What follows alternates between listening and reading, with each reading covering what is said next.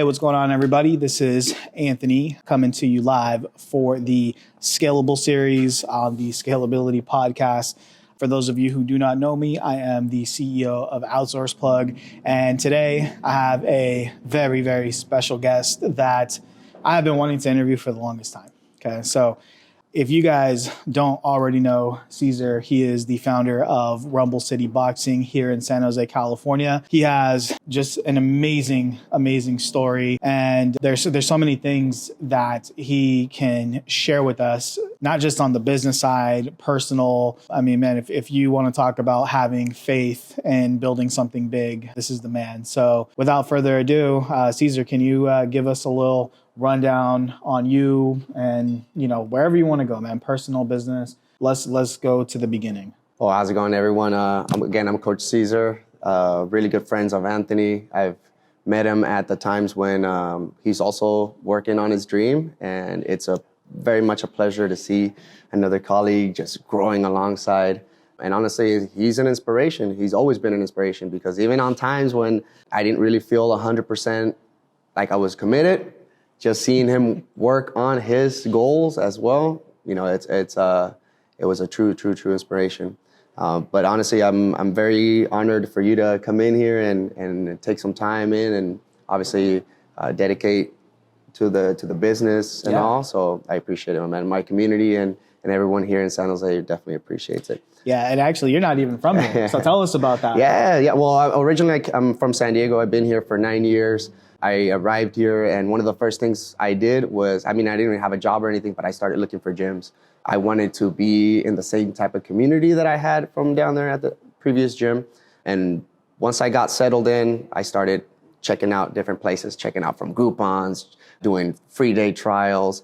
But honestly, I'll tell you right now, it wasn't really what I was looking for, not only in the skill aspect, but also in the community part of it. And honestly, that's something that I've set out to do since then. All right. So something that I know about you. So I've never really asked you a lot about how you've learned to become a boxing instructor, but I do know what you did professionally prior to owning a gym, right? And you used to work with youth. Yes. Can you tell us a little bit about that? Yes. Right after high school, I wasn't really too sure about what I wanted to do. And honestly, I didn't really come from the best neighborhoods. There was a lot of bad decisions being done by friends that, were really close friends to me. So I could have gone down that path as well.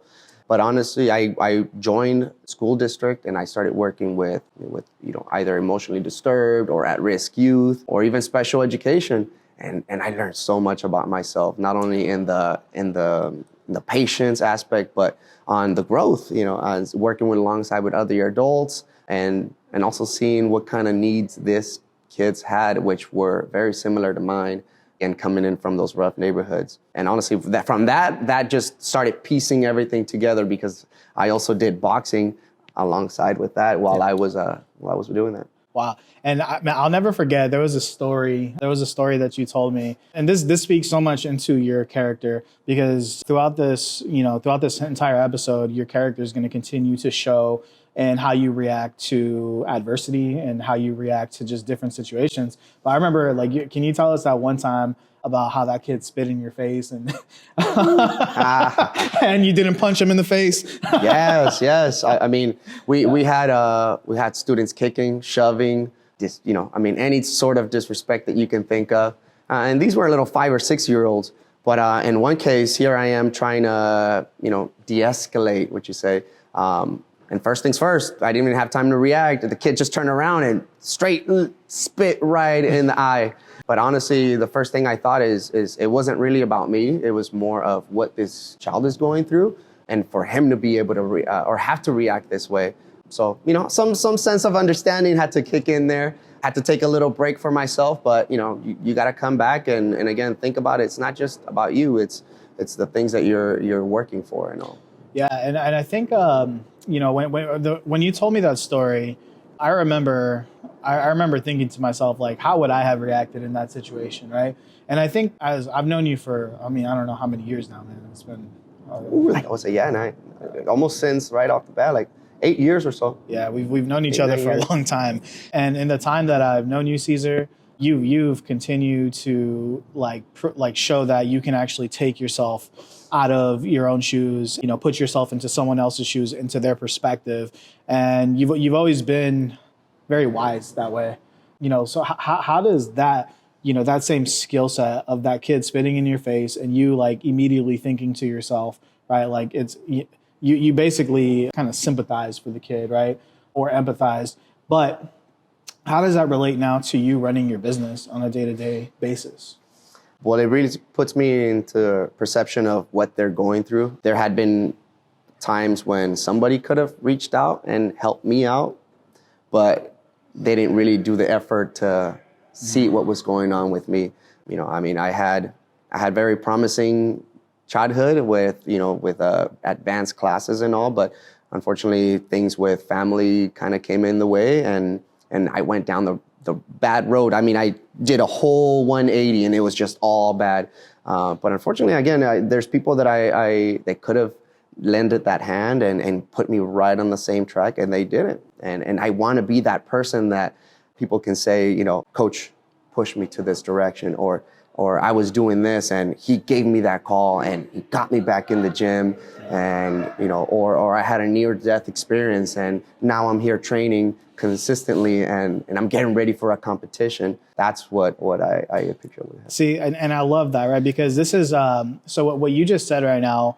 I feel like I have something similar to you, where when I was growing up, or not even just growing up, when I started business, I reached out to so many different people for help, and I could not find the help, right? Like I was, just maybe it was my appearance, maybe it was because of where I came from, maybe I just wasn't asking the right people, but regardless, like I just felt like nobody wanted to help me, so that put a chip on my shoulder on like, hey, I'm going to start helping people because I didn't get that help. Mm-hmm. And that's exactly what it sounds like for you, but a little bit different, right? It wasn't so much in the business side, because now, why do we do these videos? Why do we put out this content? Is so that we can give to other people who are in a situation where we used to be, and hopefully it will help skyrocket them, or at least give them a nudge or a push or some sort of boost towards where they want to go. With that being said, guys, so Cesar and I, we didn't just like meet off the street and we know each other because like that, anything like that. We were actually roommates for a while. Yeah. So a little bit of background on how we actually met. I was looking for a room to rent with my son.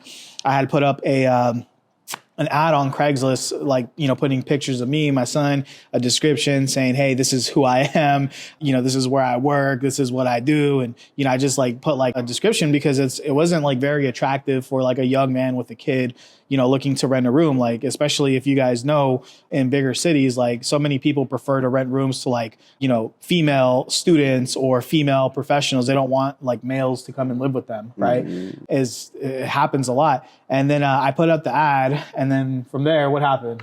We contacted you back, and again, you mentioned Craigslist. Who all of a sudden just starts finding people on Craigslist to live with and so, or look for roommates? But honestly, something called out to us where there was that thing where you mentioned, hey, I can help out in this sense. We were just starting out our previous gym, yeah. And he was offering a bartering, saying, hey, a little bit of a discounted rent, and I can help you out. I'm a marketing person, and we're like, oh my gosh, and I'll tell you right now, sometimes the stars align, but in this case, they sure did. They sure did. They brought you into our lives, and he put me into many uncomfortable positions that I knew I had to take, which was, again, working on, staying up late and working on my business, being able to get things done and not sit comfortably. And this man right here, he definitely, again, opened up those blinds and said, hey, this is possibilities here.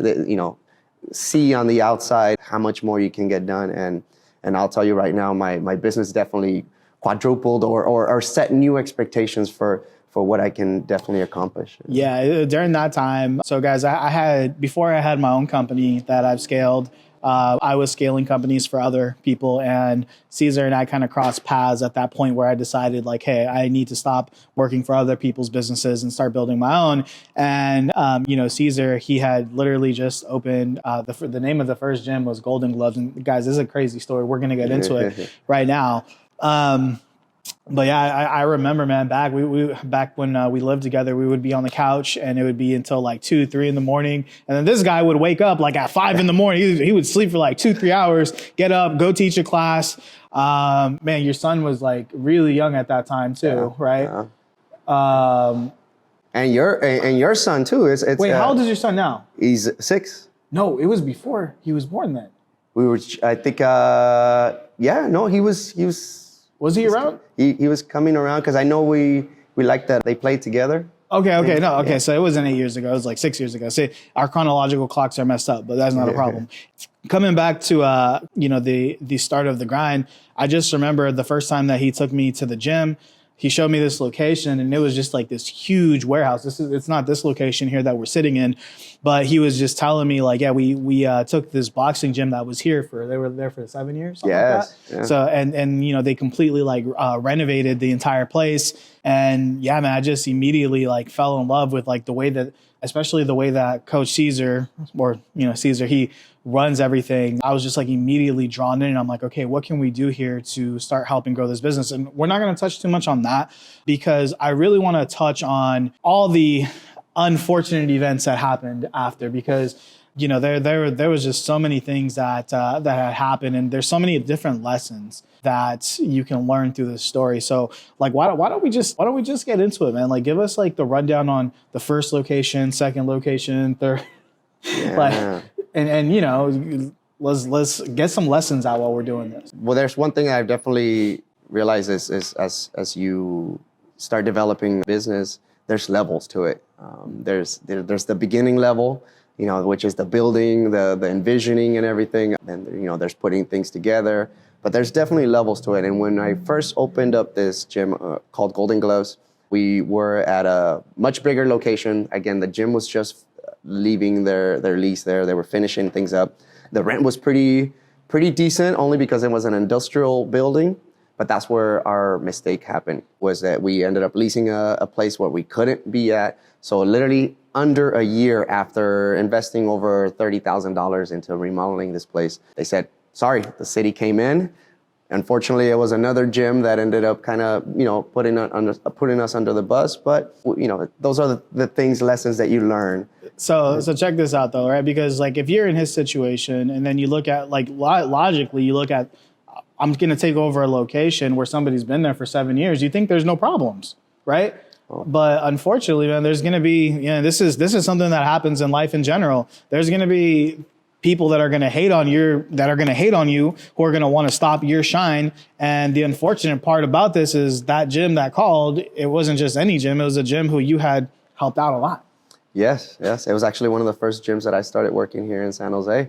But again, this is just, you can either look at it in a way where hey, and throw your hands up in the air and say, that's it. Because honestly, at that age, I didn't really have very much of a savings. So that what I invested was it. So I could throw my hands up in the air, but you learn, and through adversity, that first adversity, that's when all of a sudden you had that first, shedding of the layer of skin, and then you realize, okay, this is serious. This is not just what kind of friendly, fun gym can we build. This is, if people are feeling threatened, that means you have something big to offer. And so we took it on. We took it on as a challenge. We took it on as a work. And when he says they took it on as a challenge, literally, like, they wasted no time, guys. I remember this time. And also, just one little mini story. I remember there was a barbecue that you were having at your house, and there was a business owner from the gym that had basically given up the information to the city, but it had nothing to do with that guy, right? But your business partner at that time, I remember, like, when that guy came to the barbecue, he was ready to, like, whoop this dude, like, but you had no problem with him, right? Like, and this goes back to how humble you are, right? Because I remember that incident, man. There was about to be a fight, and you were like, hey guys, like, chill the fuck out, right? Yeah. So I mean, how do you not, like, man, $30,000, all the time, the effort, the sleepless nights, the building the communities, the everything. And then, that happens to you. And then, somebody from the opposing company or opposing gym comes, and, like, how do you restrain yourself? How do you control it? Like, how do you do that? Because I don't think that I could have. Yes. If I was in your shoes. No, it definitely was unexpected. I kind of should have connected the dots, but the thing about me is, honestly, I know there's always a bigger mind behind all those moves, and unfortunately, some people just get caught up in it. But the thing about me is I don't hold grudges, and I have that abundance mentality where sooner or later, this individual will find himself, seeing true colors of other people, and this individual is gonna want to find opportunities. The thing about me is I want to create those opportunities that I wish I would have had as I was growing as a coach. So I'm there, and my doors are always open to any individuals. So we learn from our mistakes. I love that, because I feel like for me, when it comes to competitors, the younger me was always like, hey, I want to eat your lunch. I want your children to starve. Like I always hated my competitors. It's like, beef on sight. Right. And then like seeing you navigate through that, I was like literally there witnessing you navigating through everything. I learned a lot personally. So, all right, let's go. All right. So gym number 1, shut down. Okay. The city came in, they did everything. Cesar even had some connections at the city. Like we couldn't pull no strings at that time. Nothing could happen. Nothing. So boom, now you guys are scrambling to find a location. Which we did. We fortunately had the landlord had another location. We started working on that. During the daytime, we were running a business, nighttime fixing that place up. And we did not lose one single member from that transition. I mean, the location differences were probably about 3 miles apart, but we did not lose one single member. And it was because, again, the community that we had built through fundraisers or anything, we made it happen, and we were successful at moving at this next location. Now, location number 2. Now, okay, guys, let's be honest. Like after 30K, you get shut down, the city comes in. Most people would have quit. Just on the first location. Most people would have said, screw this, I ain't gonna keep going. Now, second location, you guys are back up and running. I mean, the place, is not as nice, but you know what? You guys made it work. You guys built out that location super fast. What happened now? Man, not even, again, we were just barely turning a year. My forecasts on how the business was running, where they were going on that line, I was predicting already what the next year's income was going to be. I was working alongside with a partner during that time. Things were a little imbalanced, but the way I look at things is as long as we're growing and as long as things are getting done, we're good. But unfortunately, things didn't work out. I guess that imbalance where he wasn't really able to see everything that I had to contribute, which made him make some irrational decisions. And he pulled the business from under my feet. And it was very unfortunate on the fact that when you rip a man's family away, is you kind of leave him bare bones. And if I already had struggled with my savings at that time, and then this next thing happened, it left me a pretty dark place. Yeah, and guys, we're not going to go into like too many details, but I feel like I remember specifically when I was looking at the skill sets of Cesar versus his business partner at the time. His business partner was incredibly strong when it came to construction, painting, like that type of stuff, right? But when it came to what it actually takes to make a business run, grow, and flourish, which as you guys see here, right? It obviously was Cesar the whole time. He did it again, even bigger, this time him and his wife. But I think that's a big lesson that we need to look at, right? Like when you're deciding to choose your business partners, are you picking a business partner because they have that skill set of like, hey, you can build out my place? How do we even word this? Because ultimately his skill set was very valuable at the very beginning, right? To be able to save thousands of dollars on construction, paint, flooring, all the stuff, because he had that skill set that was valuable then. But like later on, right, like he could also coach and, help do some operational things in the business on the day to day. But, ultimately when it came to the vision, the building the community, the systems, pretty much everything it takes to scale the business that was coming from you. Like what advice would you give somebody, who's thinking about going into business with a business partner? Like what should they look for? Yes. You mentioned it, which was the vision part of it. Right? The vision matters, and the vision part was what actually we ran into. We started bumping heads in there. again, my vision of the gym is working with the community and having that right balance of the fitness part of it with the competition, and then have everyone be able to respect each other under that. But in the end of the day, we started bumping in heads on that, and like Anthony mentioned, it's this is what I had envisioned originally, and for him, things weren't scalable to him. To be able to grow, it was like pulling teeth. To invest was like pulling teeth, or invest in the right things. It was hard. And like Anthony mentioned, I chose the wrong partner only in the sense that he was good in construction. He could build a wall. He could build a boxing ring. But can he train people? Can he actually know what to do with the numbers, how to budget things out? And that's what costed me a lot. In order to build this gym, I built it with my own hands. But then when things kind of got a little tougher for me, I hired someone. And I hired someone for $800. I hired someone for $300 here, $400 there. A welder to build me a punching bag frame, $1,600, $1,800. But at the end of the day, that's how much it costed me. And then on the other sense, I ended up giving someone 50% of my business for only being able to do the same amount of work in there. Yeah. So I think there's a lot of lessons. I remember it was right around the time of the second location. I'll never forget this. We were standing outside of Cesar's house. And I remember looking at his hair. And I was like, man, your haircut's fucked up, bro. You got to go visit my brother. And he didn't say anything to me at that time. And he's like, yeah, I'll hit him up. Obviously Cesar being humble him. But I didn't know this until it was like a year or two later. But he was like, hey, you remember that time you told me that my hair was fucked up? Was that when you? That's when you remember you were saying why was your hair messed up at that time? Was it like when I went through like the balding? Oh yeah, yes. Oh my gosh, man. Stress, right? Stress. You can handle it whatever you can, but sometimes your body is what dictates what starts happening. And during that time, yeah, he came over and he was like, man, what's up with that? What's up with that patch right there? And my hair was falling out from the stress levels, and here I'm thinking like, oh yeah, no, I'm good. But no, it was here, there. Yeah, no, and I wasn't in a very good time. Yeah. So, I mean, guys, like so this is location number 2. Okay.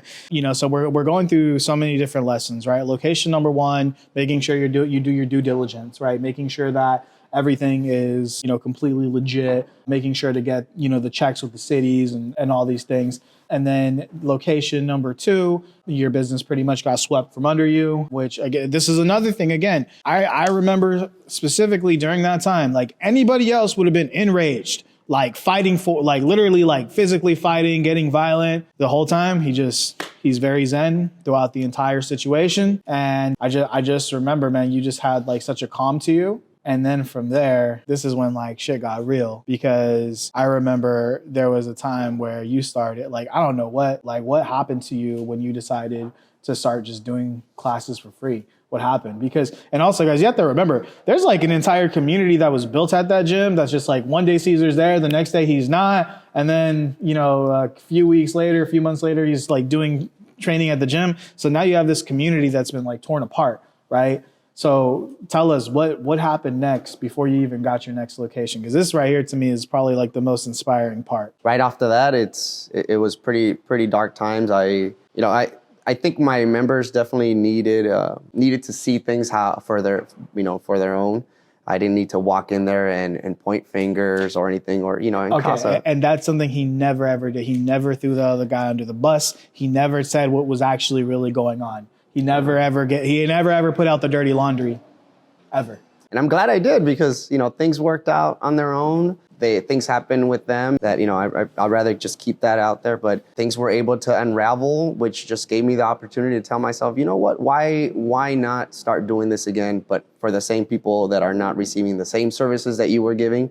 why don't you bring it back? And there was that local park right next door in the same block, pretty big park. And I started teaching classes there, I would say probably about 4 months after all that happened. How much did you charge? $0, guys. I charged $0. I'm not gonna lie, I didn't have a lot of folks, and just like the same weather you're seeing right now, this cold, rainy weather, we were doing classes out there. But never doubt yourself, if this is something that you really have a passion for, never doubt yourself. And I continued on, and the group grew. I started having folks now that were from my previous gym. They started kind of saying what kind of atmosphere that place started turning out to be, and they didn't like that. So I started welcoming them in. And I would say I probably did that free outdoor workouts for about 6 months. For about 6 months or so. I had no other side of income during that time. Okay, and at this point, your wife was probably like, Cesar, what the fuck? Yeah, God bless that woman. God bless that woman.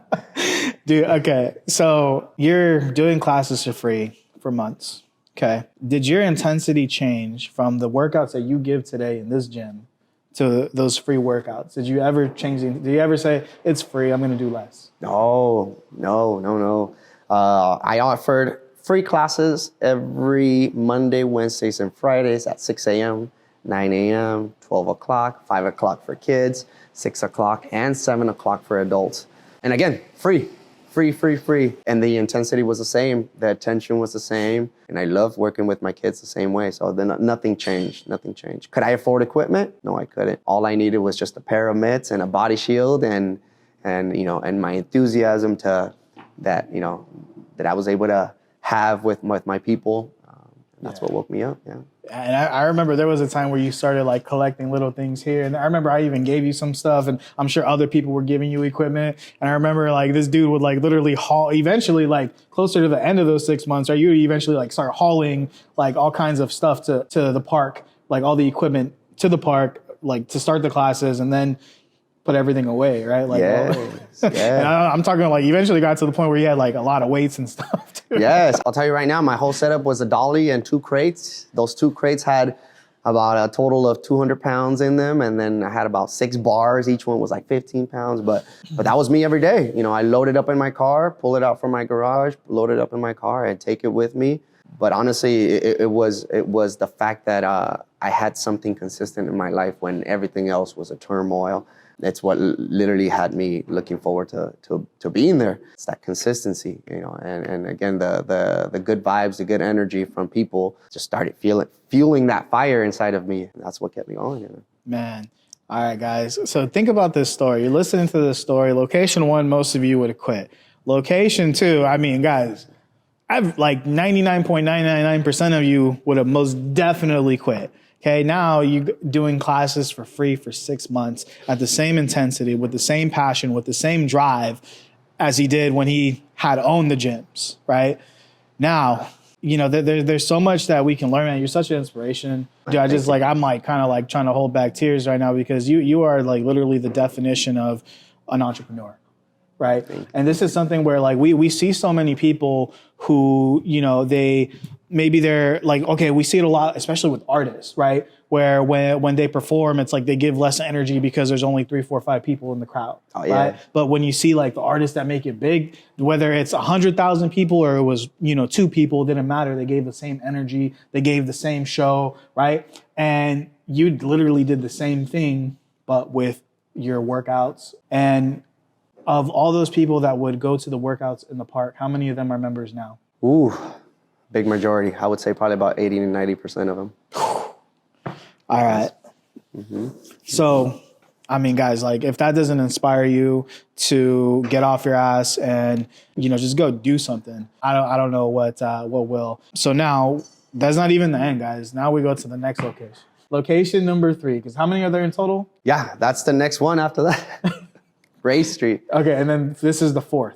Yes, this is the 4th. All right, and we're going to call next door the 5th because he opened up the next door too. All right, so now next location. Tell us what's going on now. So you went through the park. You did the free workouts. Finally built up some cash flow. You got some money in the bank now. Okay, I'm going to go for it a 3rd time. Did you go to the city and check this time? I sure did. God damn, I did all my homework. And you know what? This time, again, we were like, my wife and I were like, okay, we gotta get our tax identification number. We gotta get this, we gotta get that. All those things that you don't really put in together on the first business because you're like, oh, yeah, sure, we can get it. No. Everything was being done the right way. And so was this location here. It was a little bit smaller. It was probably just the size of a single one of these with a lower ceiling. I signed that lease in middle of February. 2020, guys, 2020, middle of February in 2020. Do you guys remember February 2020? Do you guys remember what happened in March? Do you guys remember that? That's when he opened his gym. Oh, February 2020, life was good. You know, what could go wrong? What could go wrong? You could say, you know, you saved just enough to get that first month, you know, and your deposit down. You got your wife that is a firm believer, and you got your 15, 20, 30 members already lined up. But yeah, no. Get ready for surprises, guys, when you start going down that entrepreneur line. And if you don't have the right people by your side, you're going to be carried away by that tsunami of just, you know, just economy and everything that can come in and play. So guys, now he gets his new location, he's building it out. I mean, he's positive everything is going to be fantastic, and then COVID comes. I mean, just holy fucking shit, dude. Shut your doors. All right. Now what happened? Oh, February sign. I start working on that place. I start investing already 10, 12 grand on it. Started painting. March comes in. You can't open your doors. And in reality, I was only working at that place still. So in reality, I was like, okay, well, I'll just continue working at it at my own pace now. And whenever they open, they open. But wow, February, March, April, May. Then all of a sudden you couldn't even be outside anymore. They couldn't see you, right? They had that curfew. And then here I am at Ray Street, which I thought it was, you know, next to Alameda, a great location. Yeah, riot happened.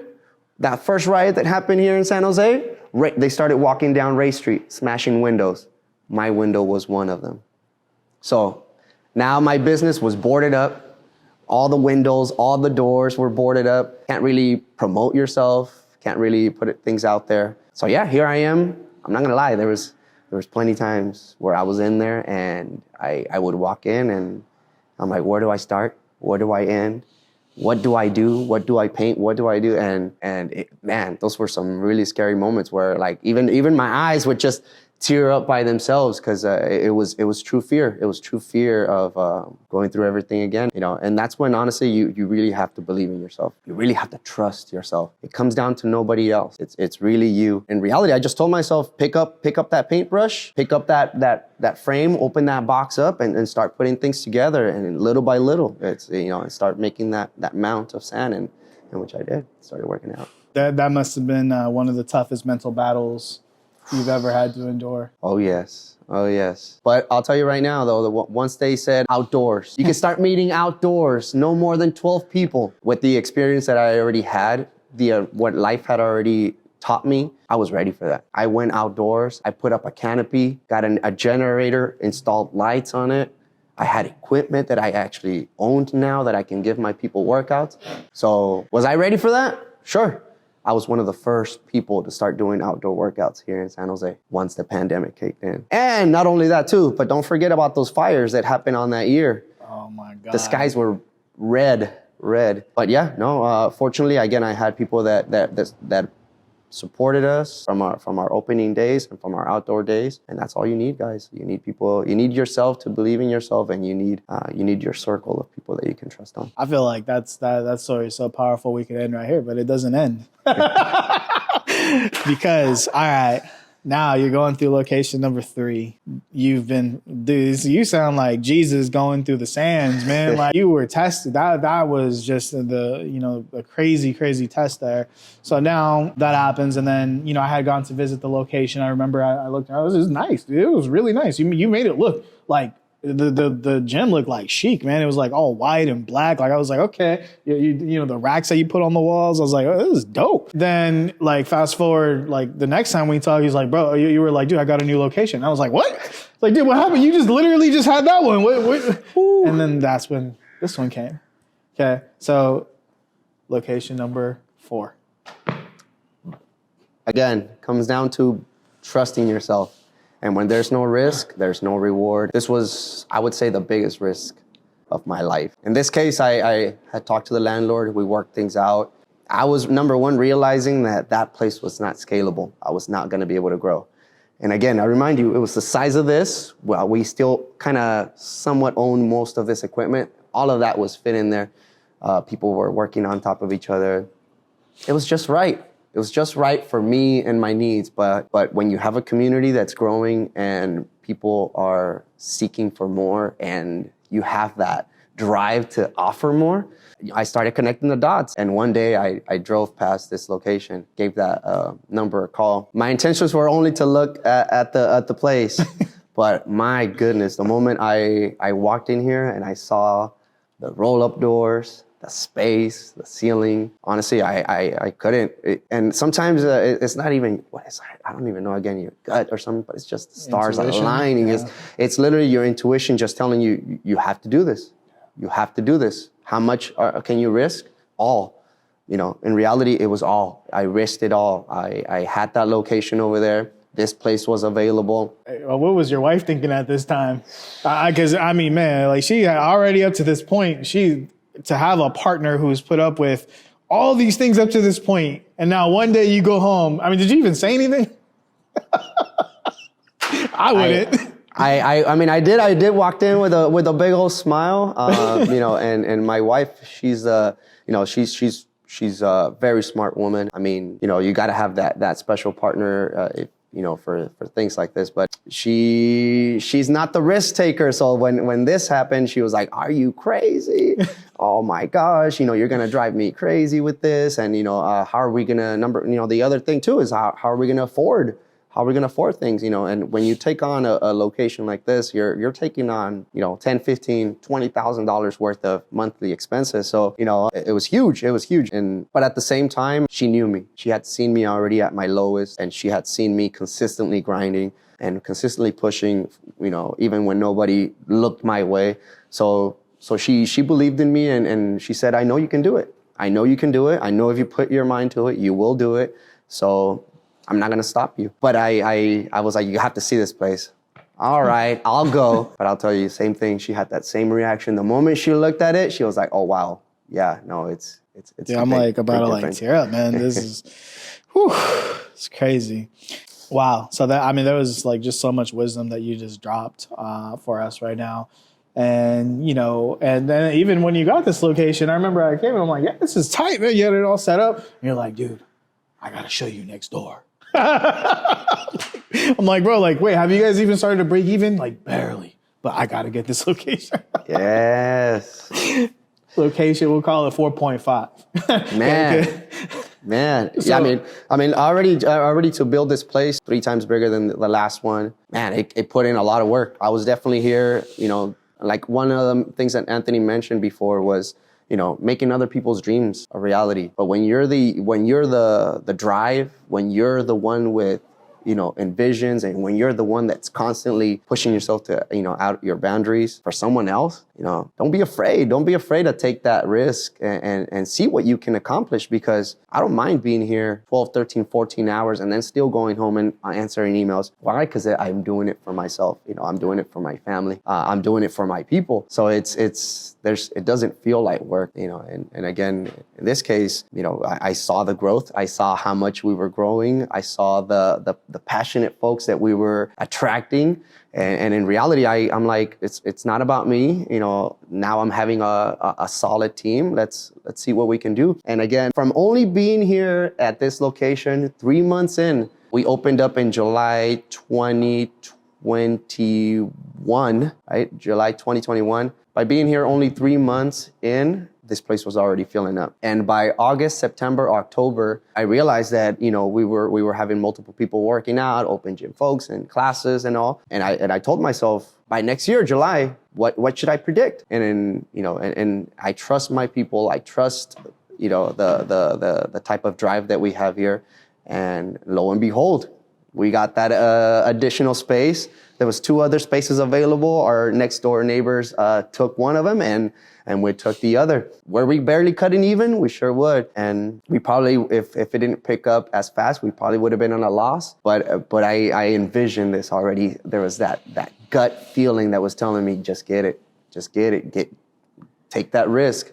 And you'll see what happens. All right. So guys, now like this, I had been wanting to tell this story for the longest time, or just like, I wish that everybody knew what I knew, because I've had like a inside perspective, from the beginning, and I feel lucky because of that.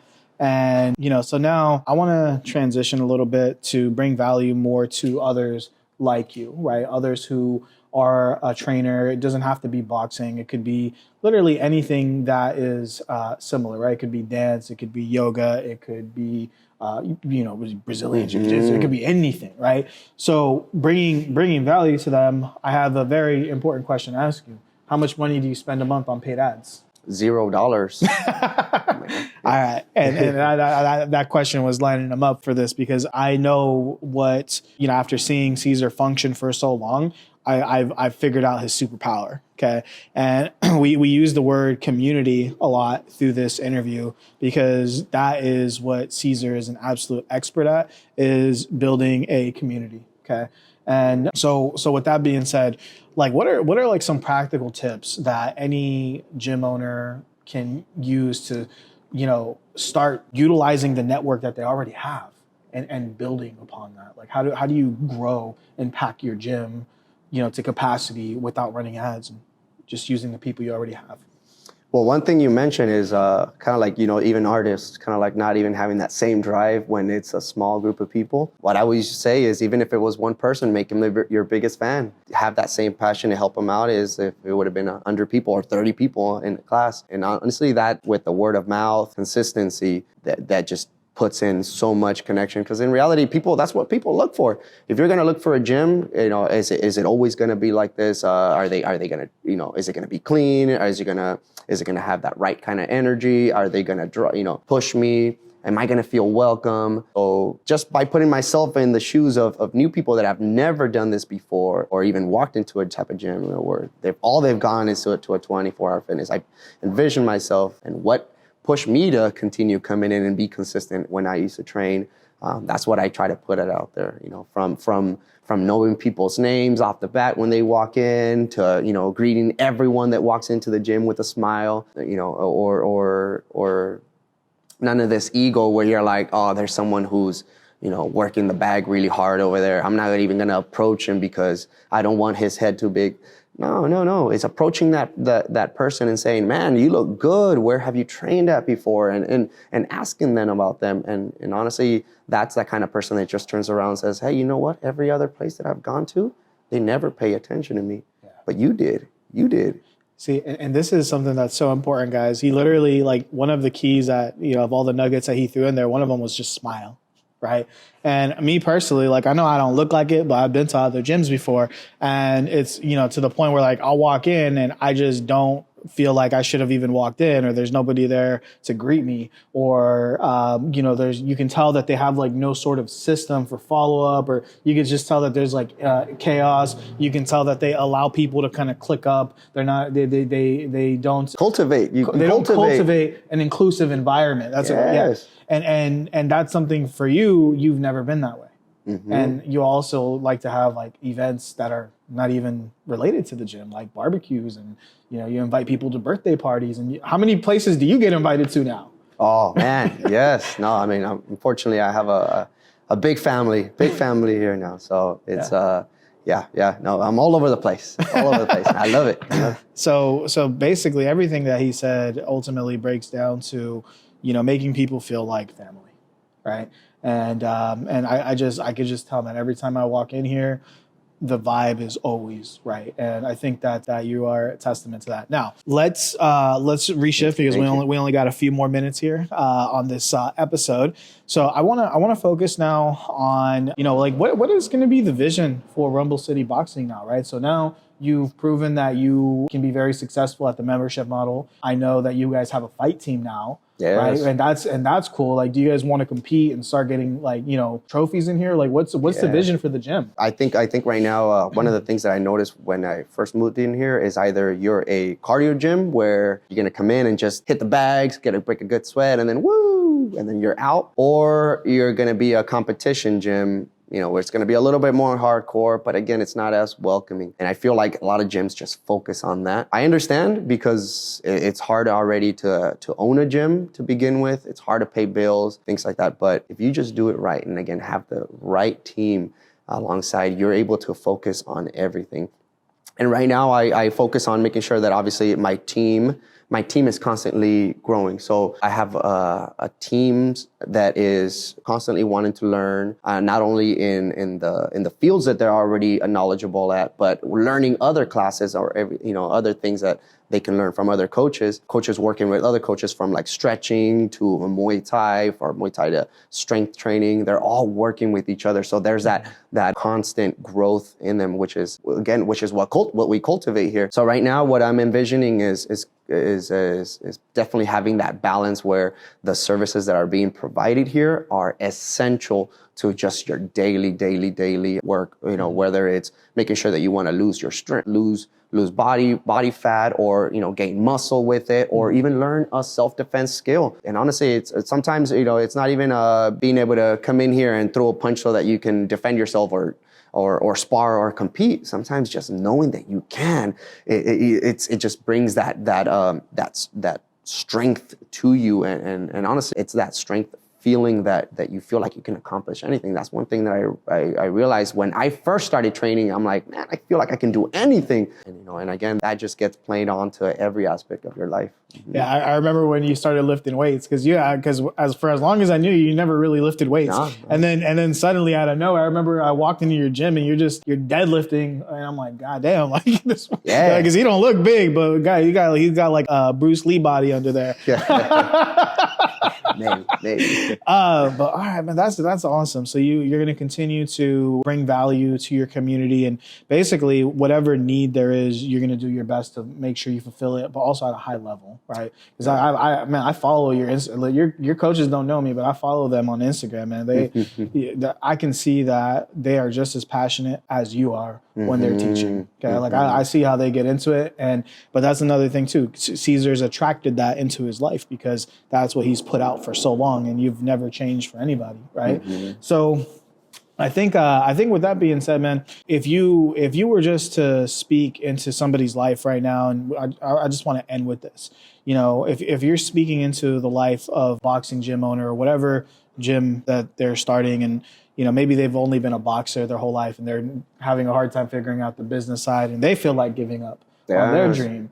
What do you have to say to those people? Number one, definitely reach out, guys. Reach out. There's you don't lose anything by reaching out to someone, and then especially if you guys have if you guys are sharing that same course, why make the same mistakes? Or I've tried to avoid certain mistakes, but what I would say is definitely believe in yourself. It doesn't matter if you feel like nobody is looking your way.